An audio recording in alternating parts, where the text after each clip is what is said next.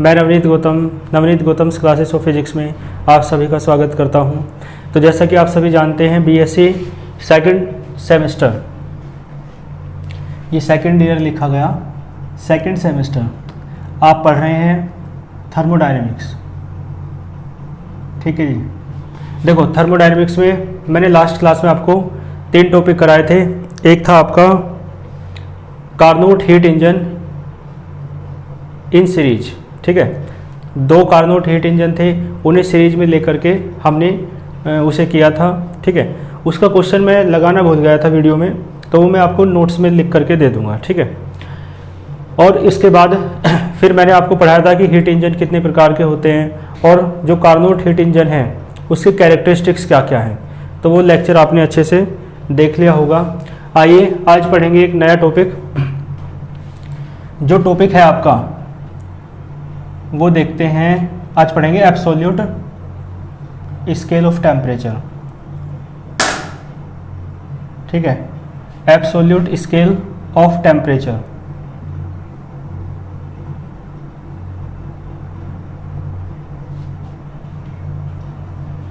Absolute scale of temperature, इसे kelvin scale of temperature भी कहते हैं, ठीक है। इसके 2 नाम हैं, या तो आप इसे एब्सोल्यूट स्केल ऑफ टेम्परेचर कह सकते हो या आप इसे केल्विन स्केल ऑफ टेम्परेचर कह सकते हैं, ठीक है।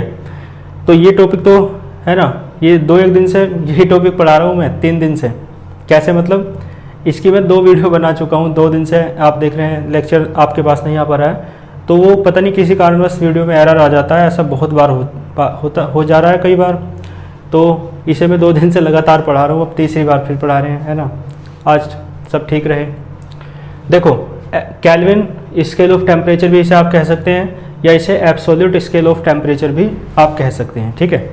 देखो क्या है, इसे हिंदी में क्या कहते हैं, एक बार पहले वो सुन लो भाई। केल्विन तो एक साइंटिस्ट का नाम है, तो केल्विन तो केल्विन रहेगा, और एब्सोल्यूट को कहते हैं परम, ठीक है। टेम्परेचर को ताप और ये स्केल को कहते हैं मापन, ठीक है जी। केल्विन तापमापन या परम तापमापन, यानी ताप को नापना है, ठीक है, टेम्परेचर को मेजर करना है। लेकिन आपको पता है ना, एक तो डिग्री सेंटीग्रेड का स्केल होता है ना, एक होता है फ़ारेनहाइट का स्केल यानी पैमाना, स्केल यानी पैमाना, ठीक है, और एक होता है केल्विन का स्केल, ठीक है। केल्विन का होता है ना 273 केल्विन, इस तरीके से आपने सुना होगा, तो वही हम पढ़ रहे हैं केल्विन का स्केल, ठीक है। केल्विन पैमाना जो है टेम्परेचर को नापने का, उसके बारे में ही हम पढ़ रहे हैं, ठीक है। तो चूंकि केल्विन ने इसके बारे में, है ना, बताया, इसके बारे में बात की, तो इसलिए लॉर्ड केल्विन एक साइंटिस्ट थे, उन्हीं के नाम से, इसी कारण इसे क्या कहा जाता है, केल्विन स्केल ऑफ टेम्परेचर। और ये परम ताप की बात करता है, मतलब परम ताप है ना, परम ताप केल्विन में नापा जाता है, यानी एब्सोल्यूट टेम्परेचर की बात करता है, जिसे आप कैपिटल T से डिनोट करते हैं, ठीक है। तो एब्सोल्यूट टेम्परेचर परम ताप यानी कि जो केल्विन में नापा जाता है, ठीक है, तो उसे एब्सोल्यूट टेम्परेचर भी कहते हैं। तो एब्सोल्यूट टेम्परेचर को नापने वाला जो स्केल है उसे आप कहते हैं एब्सोल्यूट स्केल ऑफ टेम्परेचर, ठीक है, परम ताप मापन। तो बात समझ में आई होगी। तो कहने का मतलब है, और हाँ इसकी एक विशेषता है, केल्विन ने इसे इस तरीके से डिजाइन करने का प्रयास किया कि ये जो टेम्परेचर का मापन है ना, ये सब्सटेंस की, पदार्थ की प्रॉपर्टीज पर ना डिपेंड करे, ठीक है, यानी पदार्थ के गुणों पर निर्भर ना करे। टेम्परेचर का मापन जो है, टेम्परेचर, ठीक है, किस पर डिपेंड करे, मतलब टेम्परेचर का जो मापन है ना, वो पदार्थ के गुणों पर निर्भर नहीं करना चाहिए। उन्होंने विशेष रूप से फोकस इसी बात पे किया। उन्होंने कहा कि ये जो एब्सोल्यूट स्केल है ना, टेम्परेचर को नापने का एब्सोल्यूट स्केल, वो पदार्थ के गुणों पर निर्भर नहीं करता है, या कहें तो क्या कहेंगे, प्रॉपर्टीज पर निर्भर नहीं करता है सब्सटेंस की, ठीक है, बल्कि वो किस पर निर्भर करता है, वो टेम्परेचर्स पर डिपेंड करता है। और टेम्परेचर्स यानी जिन 2 टेम्परेचर्स के बीच Carnot reversible heat engine work करता है। जैसे पहला टेम्परेचर T1 होता है सोर्स का, दूसरा टेम्परेचर T2 होता है सिंक का। तो उन दोनों टेम्परेचर्स के बीच, मतलब उन दोनों टेम्परेचर्स के बीच वर्क कर रहा है कौन, एक कार्नोट रिवर्सिबल हीट इंजन। तो T1 और T2 टेम्परेचर पर डिपेंड करता है ये स्केल, ठीक है, जिसे आप एब्सोल्यूट स्केल कहते हैं। पदार्थ या मतलब सब्सटेंस की प्रॉपर्टीज पर, पदार्थ के गुणों पर डिपेंड नहीं करता है। ये इसकी सबसे बड़ी विशेषता है। ठीक है, इनको लिख देता हूँ मैं। देखो ध्यान देना, ऐसा टेम्परेचर का स्केल यानी ए स्केल ऑफ टेम्परेचर, यानी टेम्परेचर का वह पैमाना, ठीक है, ए टेम्परेचर ऑफ स्केल, ठीक है जी। मैंने कहा जो डिपेंड नहीं करता है किस पर, सब्सटेंस, किसी पर्टिकुलर, किसी विशेष पदार्थ के गुणों पर, ठीक है, किसी पर्टिकुलर सब्सटेंस की प्रॉपर्टीज पर। तो a scale of temperature which is independent, या विच डज नॉट डिपेंड लिख दो। कैसे लिख दो, ठीक है, a scale of temperature which is independent of the properties of the properties, ठीक है जी। भाई ऐसा स्केल टेम्परेचर का जो इंडिपेंडेंट है किस पर, ऑफ द प्रॉपर्टीज, गुणों पर। और गुण किसके हैं, तो properties of any particular substance, ठीक है जी। प्रॉपर्टीज किसकी हैं, किसी पर्टिकुलर सब्सटेंस की, ठीक। तो इसका मतलब है वह ताप क्रम या ताप पैमाना, ठीक है, वह ताप पैमाना जो किसी विशेष पदार्थ के गुणों पर निर्भर नहीं करता है, क्या कहलाता है, उसे कहते हैं परम ताप पैमाना, ठीक है, या केल्विन ताप पैमाना। तो इसलिए आप लिख देंगे is known as absolute scale of temperature. इसे आप एब्सोल्यूट स्केल ऑफ टेम्परेचर कहते हैं। और इसे डिजाइन किया था लॉर्ड केल्विन ने, जैसे कि मैंने बताया आपको। तो लॉर्ड केल्विन, ठीक है, इन्वेंटेड या डिजाइंड, जो भी आप लिखना चाहें, ठीक है, ये लिखना है इन्वेंटेड ए स्केल, एक ऐसा स्केल, किसका, मीटर स्केल नहीं है, टेम्परेचर स्केल है, ठीक है, क्लियर है। एक ऐसा स्केल टेम्परेचर का उन्होंने उसके बारे में बताया, ठीक है, कैसा, यही सब दोबारा, यही बात दोबारा लिख देना, विच डज नॉट डिपेंड, चलो मैं लिख ही देता हूँ, विच डज नॉट डिपेंड, ठीक है, विच डज नॉट डिपेंड, जो डिपेंड नहीं करता है किस पर, ऑन द प्रॉपर्टीज, वो तो ऊपर वाली बात ही लिखनी है, ऑन द प्रॉपर्टीज, प्रॉपर्टीज पर ऑफ सब्सटेंस, सब्सटेंस की प्रॉपर्टीज पर डिपेंड नहीं करता है, ये निर्भर नहीं करता है, तो केवल किस पर डिपेंड करता है, बट डिपेंड्स ओनली, किस पर, टेम्परेचर्स पर, ओनली टेम्परेचर्स, ठीक है जी, क्लियर है, केवल टेम्परेचर्स पर डिपेंड करता है। और टेम्परेचर्स भी किसके, जैसे T1 है सोर्स का और T2 है सिंक का, जिन टेम्परेचर्स के बीच कोई कार्नोट हीट इंजन क्या कर रहा है, वर्क कर रहा है, उन्हीं टेम्परेचर्स पर ये डिपेंड करता है बस, ठीक है, यानी T1 T2 टेम्परेचर पर डिपेंड करता है, ठीक है, सब्सटेंस पर डिपेंड नहीं करेगा। बात समझ में आई। जैसे थर्मोमीटर होता है, अलग अलग प्रकार के होते हैं, तो आप देखेंगे जिस सब्सटेंस का थर्मोमीटर बना हुआ है उस सब्सटेंस पर भी तो डिपेंड कर सकता है, ठीक है, लेकिन ये कैसा है, केल्विन जो पैमाना है, केल्विन जो स्केल है, वो सब्सटेंस पर है ना डिपेंड, सब्सटेंस की प्रॉपर्टीज पर डिपेंड नहीं करता है, ठीक है जी। और देखो वास्तव में क्या है, ऐसा होता नहीं है, थोड़ा बहुत तो डिपेंड करता ही है ना भाई। कोई भी स्केल है टेम्परेचर का, वो पूर्ण रूप से ऐसा नहीं बनाया जा सकता कि वो डिपेंड करे ही ना सब्सटेंस की प्रॉपर्टीज पर, सब्सटेंस की प्रॉपर्टीज पर थोड़ा तो डिपेंड करता ही है, ठीक है। तो इसमें आप ये लिख सकते हैं एक्चुअली, यानी वास्तव में, देयर इज नो, ठीक है, there is no absolute scale of temperature, वास्तव में ऐसा कोई एब्सोल्यूट स्केल ऑफ टेम्परेचर नहीं होता है, ठीक है, जो डिपेंड ना करता हो, है ना, which does not depend on the properties of the substance, जो सब्सटेंस की प्रॉपर्टीज पर डिपेंड ना करता हो, ऐसा नहीं है पूर्ण रूप से कोई भी स्केल, ठीक है। तो इसका मतलब क्या है, ये एक आइडियल बात है, एक आदर्श बात है जिसे हम प्राप्त करने की कोशिश करते हैं, प्रयास करते हैं, लेकिन पूर्ण रूप से प्राप्त नहीं कर पाते हैं या नहीं सकते हैं, ठीक है। ये एक आदर्श पैमाना है, ठीक है। तो यानी इट इज एन आइडियल, ठीक है, आइडियल स्केल, एक आइडियल स्केल है जो पूर्ण रूप से which can not be obtained completely, जिसे पूर्ण रूप से प्राप्त नहीं किया जा सकता, ठीक है जी। तो जो लैंग्वेज मैंने बाद में बोली उसे भी आप लिख लेना, बाकी मैं PDF नोट्स में आपको दे दूंगा, ठीक है। आप देख पा रहे हैं कितना कठिन है, देखो ये कमरा ऊपर का है और बहुत ज़्यादा गर्मी है, यहाँ रुकना बड़ा भारी है, ठीक है। तो इसका स्क्रीनशॉट लो, फिर आगे चलते हैं।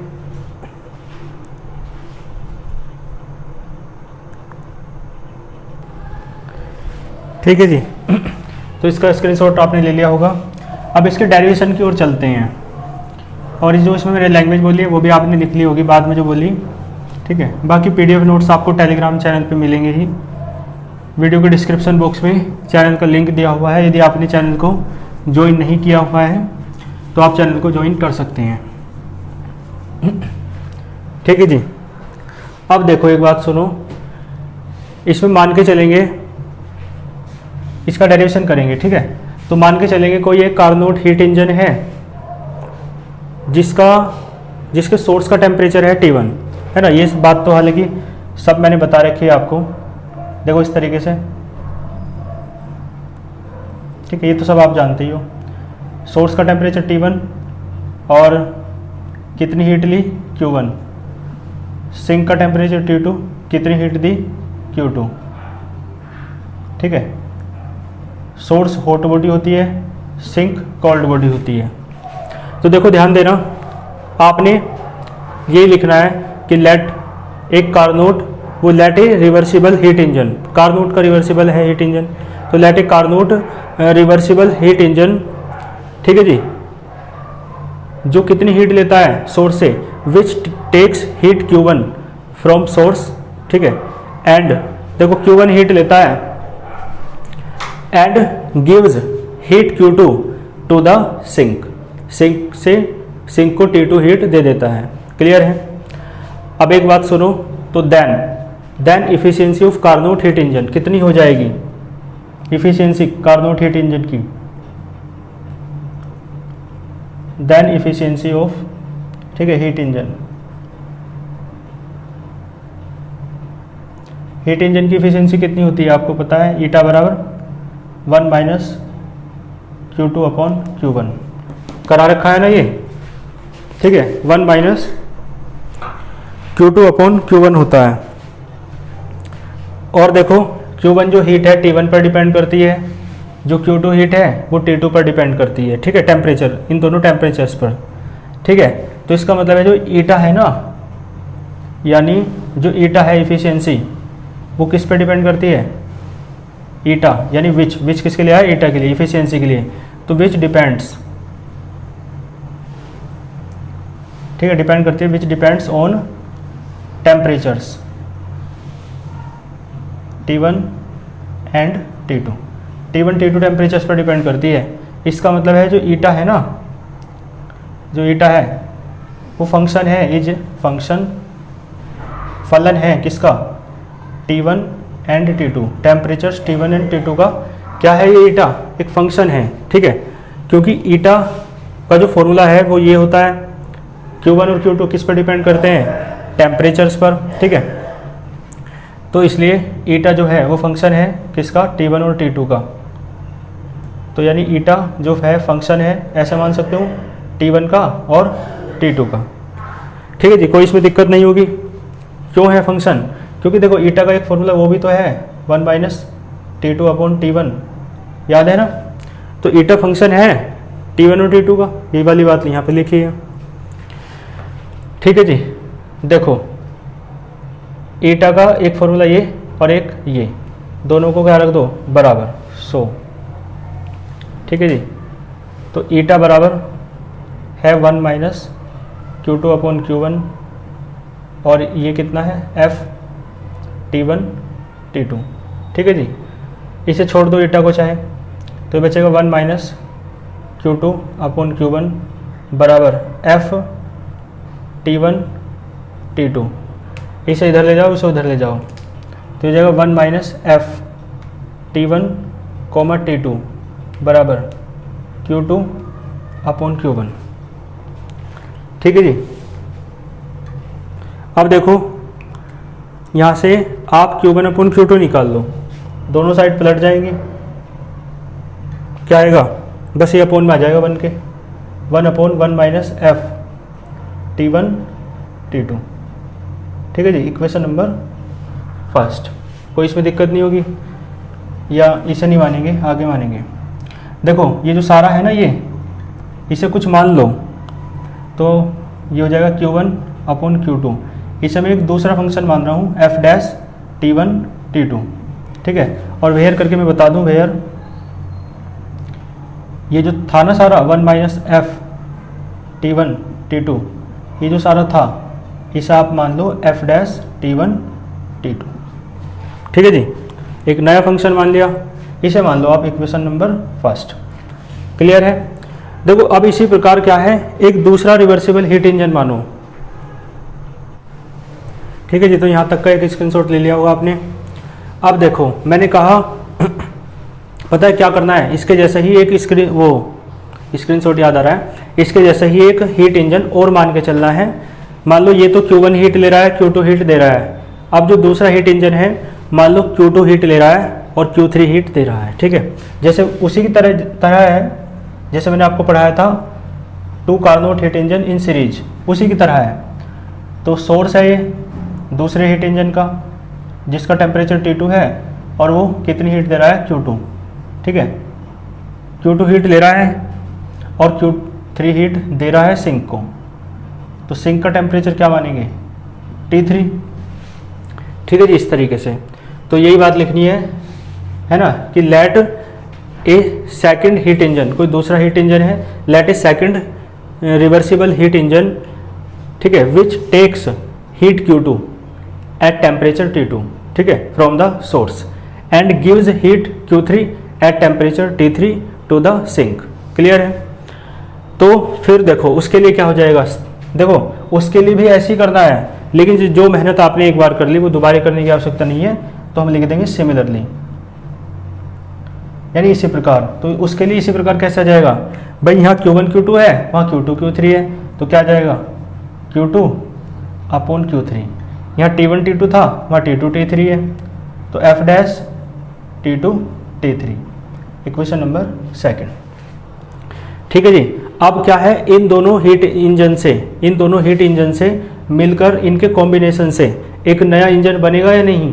ठीक है, आप एक बात देख के बताओ, ये हीट इंजन जो है Q1 हीट ले रहा है ना, और यदि इन दोनों को सीरीज कॉम्बिनेशन में लगा दिया जाए, ठीक है, ऐसे देखियो, ऐसे, ठीक है जी, तो देखो ये दोनों से मिलकर अब एक हीट इंजन बन गया।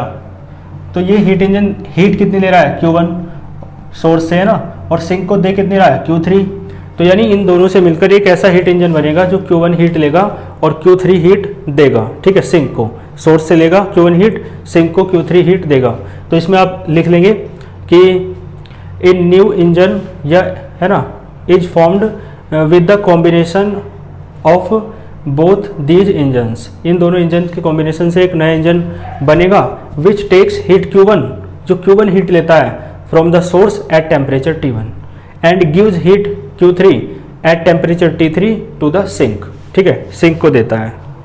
तो फिर देखो उसके लिए क्या हो जाएगा, उसके लिए ऐसे ही बताओ क्या आएगा, Q1 Q3, तो Q1 अपॉन Q3। यहाँ भाई Q1 Q3 है, तो टेम्परेचर क्या आ जाएगा, T1 T3, इक्वेशन नंबर 3। ठीक है जी, यहाँ तक का स्क्रीनशॉट ले लो, इधर से रफ कर देता हूँ मैं।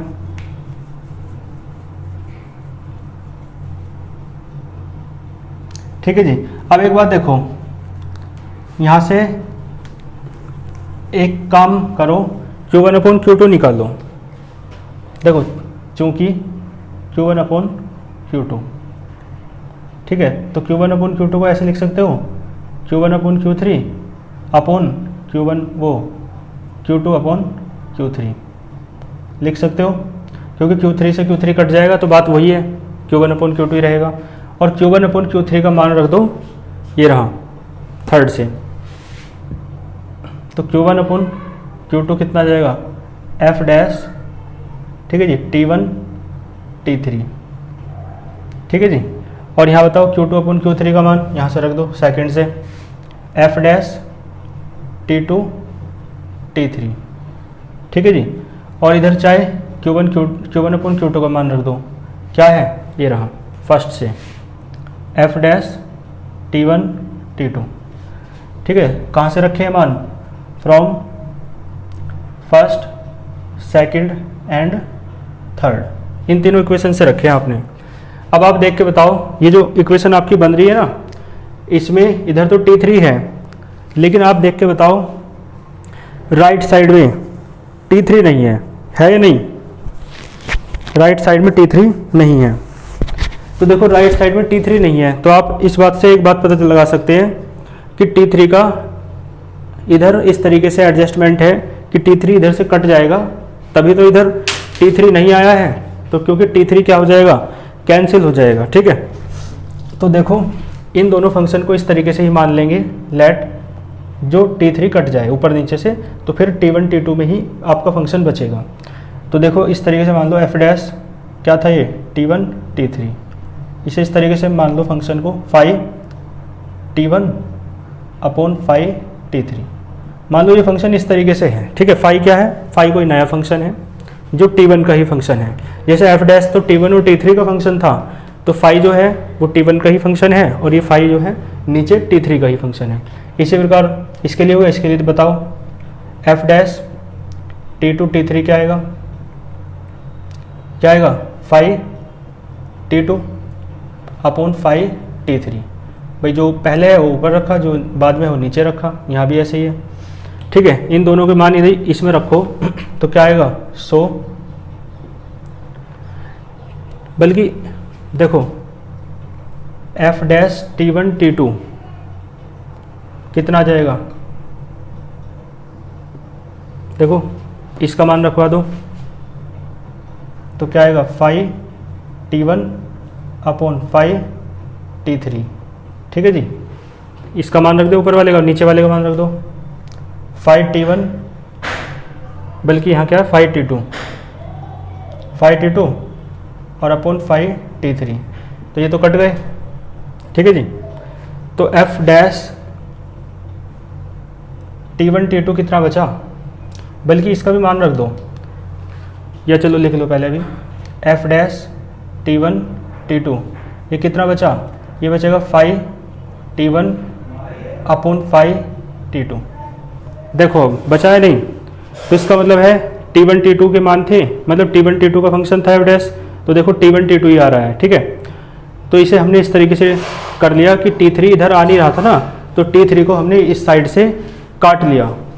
कोई दिक्कत आपको यहाँ तक नहीं होगी, यहाँ तक का भी एक स्क्रीनशॉट ले लो, ठीक है जी, स्क्रीनशॉट ले लिया होगा। देखो रफ करने से पहले मैं आपको एक बार बता दूं, यहाँ से देखो इक्वेशन 1 से F डैश T1 T2 किसके बराबर है, Q1/Q2 के, और यहाँ से देखो F डैश T1 T2 किसके बराबर है, 5 T1/5 T2 के। इसे डाल दो इक्वेशन नंबर 4, ठीक है। तो देखो इक्वेशन 4 से दोनों को F डैश T1 T2 और F डैश T1 T2 दोनों को बराबर रख दो, ठीक है। तो क्या आ जाएगा, मैं यहाँ लिख देता हूँ, देखो क्या आएगा, फ्रॉम फर्स्ट एंड फोर्थ, समीकरण 1 व 4 से। तो क्या आएगा, देखो Q1/Q2 किसके बराबर आ जाएगा, इसके बराबर आएगा नहीं, 5 T1/5 T2, 5 T1/5 T2, ठीक है जी। तो देखो ये दोनों बराबर आए, तो इससे पता एक चीज़ आपको पता चल रही है, दिख रही है कि आपको एक बात तो पता है, जो Q1 हीट होती है वो ज़्यादा होती है ना, क्योंकि सोर्स से लेते हैं, तो हमें ये बात पता है। देखो because Q1 is greater than Q2, जो Q1 हीट है वो Q2 से ज़्यादा होती है। तो आपको ये भी पता होगा Q1 ज़्यादा है तो 5 T1 भी कैसा होगा, ज़्यादा होगा किससे, 5 T2 से, ठीक है भाई। जब Q1 ज़्यादा है, ठीक है, तो 5 T1 भी ज़्यादा होगा, जब Q2 कम है तो 5 T2 भी कम होगा, ठीक है। और देखो जब फाई T1 ज़्यादा है तो T1 भी तो ज़्यादा है और T2 क्या है, कम। और ऐसा होता भी है, T1 ज़्यादा होता है सोर्स का टेम्परेचर, T2 क्या होता है, कम होता है सिंक का टेम्परेचर। ठीक है, तो यहाँ पे देखो आप पता है कैसे करेंगे। ये जो फाई T है ना, फाई T ये टेम्परेचर का फंक्शन है ना, किसका फंक्शन है, टेम्परेचर का। अब आप एब्सोल्यूट स्केल की बात कर रहे हैं, तो पहले वाले स्केल में तो टेम्परेचर T1 T2 थे बस, ठीक है। लेकिन अब जो नया स्केल बनाया है आपने, आप उसमें जो आपका ये फंक्शन आ रहा है ना, फाई T1 फाई T2, मतलब फाई T जो आ रहा है फंक्शन, इसे एक नया टेम्परेचर मान लेंगे, ठीक है। जिसे मान लो आप किससे डिनोट कर रहे हैं, थीटा से, ठीक है। तो आपने मान लो इसे थीटा से डिनोट कर लिया, यानी आप लिख सकते हैं कि वी डिनोट, ठीक है, ये फंक्शन किसका है, टेम्परेचर का। तो we denote temperature function phi T by a new symbol theta. Theta से आप डिनोट कर रहे हैं यहाँ पे, तो फाई T को आपने थीटा मान लिया, तो देखो क्या आ जाएगा, ये तो आपने माना है ना, लेट, तो बताओ क्या आएगा, ये आ जाएगा Q1 अपॉन Q2 बराबर θ1 अपॉन θ2, आएगा या नहीं। और चाहो तो आप इसे ऐसे लिख लो, θ1 अपॉन θ2 बराबर Q1 अपॉन Q2, ठीक है जी। θ1 अपॉन θ2 किसके बराबर आया, Q1 अपॉन Q2 के। ले लो एक स्क्रीनशॉट। अब देखो यहाँ से क्या निष्कर्ष निकल रहा है भाई, θ1 क्या है, θ1 मैंने कहा टेम्परेचर का फंक्शन था, यानी ये टेम्परेचर T जो है ना, किसी दूसरे स्केल में नापा गया टेम्परेचर है, किसी दूसरे पैमाने के द्वारा नापा गया टेम्परेचर है, तो उसका जो फंक्शन था फाई T, अब हमने कह दिया फाई T जो है ना एक नया टेम्परेचर है जिसे आप थीटा से डिनोट कर रहे हैं, ठीक है। फाई T क्या है, एक नया टेम्परेचर है जिसे आप थीटा से डिनोट कर रहे हैं। तो इसका मतलब है θ1 और θ2 एब्सोल्यूट स्केल वाला जो, मतलब एब्सोल्यूट स्केल जो है, यानी एब्सोल्यूट वाला जो पैमाना है उसके अंतर्गत, उसके द्वारा नापे गए टेम्परेचर हैं ये। तो यानी कहने का मतलब है इन दोनों टेम्परेचर्स का रेशो, ये क्या है, कोई किन्हीं दो टेम्परेचर्स का रेशो तो है, अनुपात तो है। और ये टेम्परेचर्स कौन से हैं, जो एब्सोल्यूट स्केल द्वारा, यानी इस वाले स्केल के द्वारा नापे गए हैं, ठीक है। तो इन दोनों का रेशो किसके बराबर होता है, इन दोनों हीट के रेशो के बराबर होता है। Q1 और Q2 जो हीट है उनके रेशो के बराबर होता है। और Q1 कौन सी हीट है, जो सोर्स से ली जाती है, Q2 कौन सी हीट है, जो सिंक को दी जाती है। तो इन दोनों हीट के रेशो के बराबर है, ठीक है। किनका रेशो, टेम्परेचर्स का। तो मैं लिख देता हूँ, इसका मतलब क्या है, हेंस करके लिखो। इसका मतलब है द रेशो ऑफ, ठीक है, रेशो किसका है, ठीक है जी, द रेशो ऑफ, ये रेशो है आपका, अनुपात है आपका किसका, किन्हीं दो टेम्परेचर्स का। तो the ratio of any two temperatures, clear है। और कोई दो टेम्परेचर तो है, सही बात है, लेकिन वो इसी पैमाने में नापे गए हैं, तो मेजर्ड इन, है ना, दिस एब्सोल्यूट स्केल, इसी एब्सोल्यूट स्केल में नापे गए टेम्परेचर हैं, किसी दूसरे में नहीं नापे गए, ठीक है। इन दोनों का जो रेशो है वो किसके बराबर है, is equal to the ratio, ये इनका जो रेशो है ना Q1 Q2 के रेशो के बराबर है। तो Q1 क्या है, is equal to the ratio of, Q1 क्या है, हीट है, ठीक है, जो टेकन फ्रॉम द सोर्स है, heat taken from the source, ठीक है जी। यानी Q1 और रेशो है रेशो ऑफ हीट, है ना, taken from the source Q1, और इसका रेशो किसके साथ है, टू द, ये एंड लगा दो, रेशो इसका और इसका है ना। तो is equal to the ratio of, ये है heat taken from the source, तो is equals to the ratio of heat taken from the source, और इसका रेशो किसके साथ है, टू द, कौन सी हीट, जो सिंक को दी जा रही है, तो to the heat given to the sink, और ये कितनी है, Q2, ठीक है। और ये Q1 Q2 हीट जो है किसके अंतर्गत बात हो रही है, तो ये बात हो रही है in a Carnot reversible heat engine, Carnot के रिवर्सिबल हीट इंजन के लिए है ये Q1 Q2 हीट है ना, कार्नोट रिवर्सिबल हीट इंजन, ठीक है जी। और कार्नोट का हीट रिवर्सिबल इंजन है ना, उसके अंतर्गत ये हीट है Q1 और Q2, ठीक है जी। तो कार्नोट रिवर्सिबल हीट इंजन, और कार्नोट का रिवर्सिबल हीट इंजन कौन सा, जो θ1 और θ2 टेम्परेचर्स के बीच वर्क कर रहा है ना। तो वर्किंग यानी ये जो टेम्परेचर है ना, दोनों ये कोई अलग टेम्परेचर नहीं है, ये वही टेम्परेचर है जिन दो टेम्परेचर्स के बीच कार्नोट का रिवर्सिबल हीट इंजन वर्क कर रहा है, ठीक है। यानी θ1 होगा सोर्स का टेम्परेचर और θ2 होगा सिंक का टेम्परेचर, ठीक है। तो वर्किंग बिटवीन, भाई T1 T2 थे टेम्परेचर, सही बात है, लेकिन T1 T2 तब थे जब दूसरे स्केल में नाप रहे थे। अब इस स्केल में टेम्परेचर नाप रहे हैं तो सोर्स का टेम्परेचर θ1 है और दूसरे का क्या है θ2 सिंक का। तो वर्किंग बिटवीन यानी कार्नोट का हीट इंजन जो है ना वर्क कर रहा है बिटवीन दीज टेम्परेचर्स, है ना, इन्हीं टेम्परेचर्स के बीच।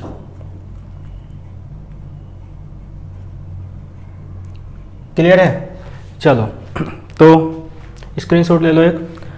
अब देखो ध्यान दो, इस फॉर्मूले की हेल्प से आप जो है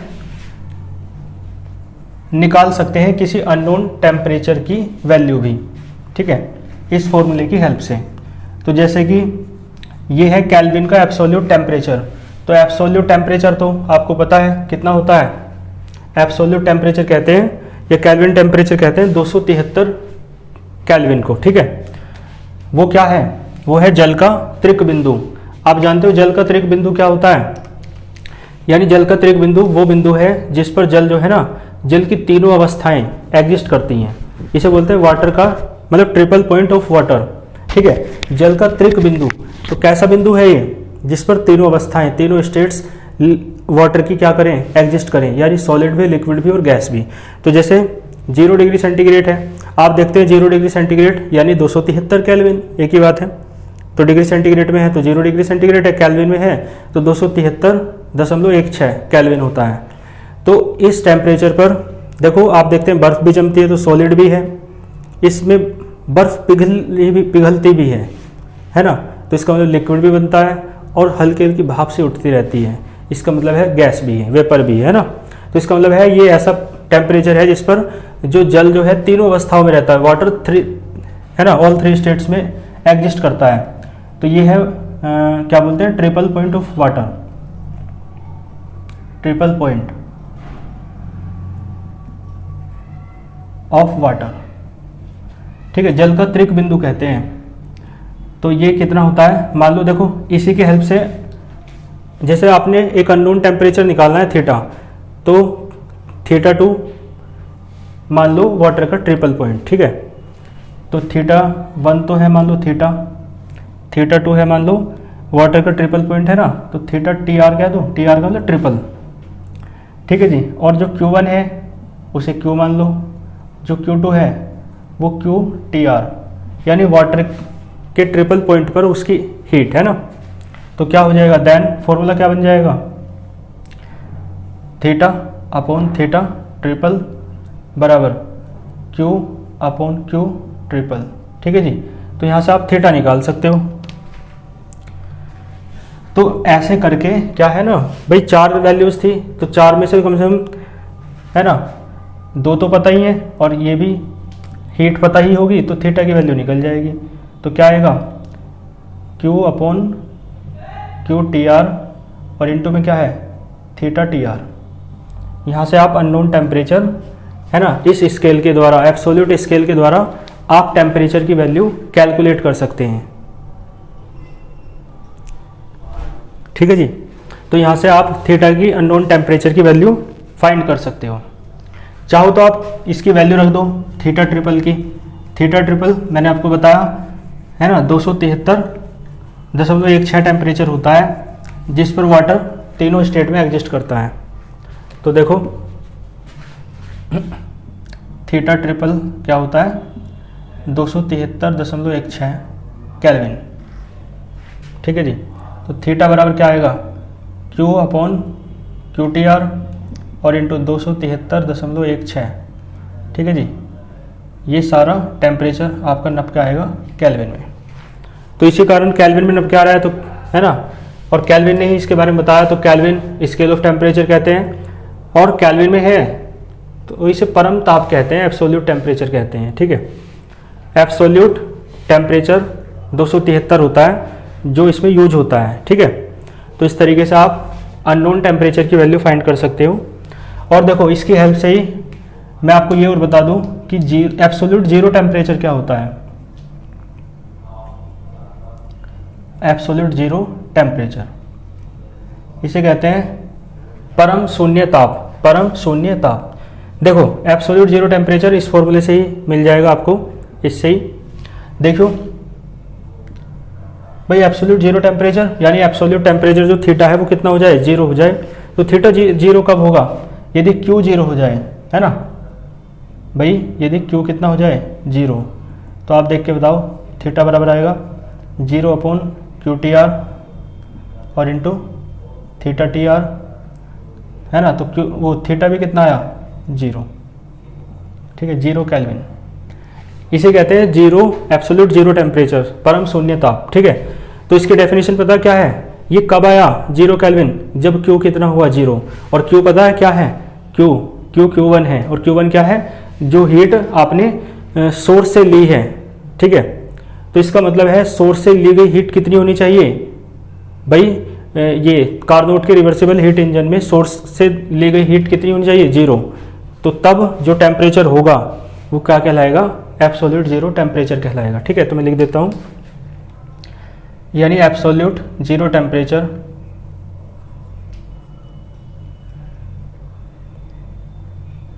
ठीक है, absolute zero temperature is the temperature, एक ऐसा टेम्परेचर है, पता है कैसा है ना, जिसके लिए for which,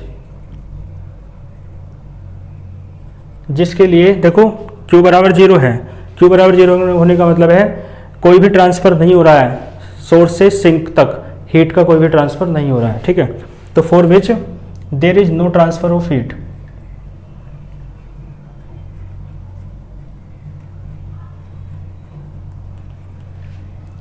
there is no transfer of heat, ठीक है, फ्रॉम सोर्स टू सिंक, है ना, in Carnot reversible heat engine.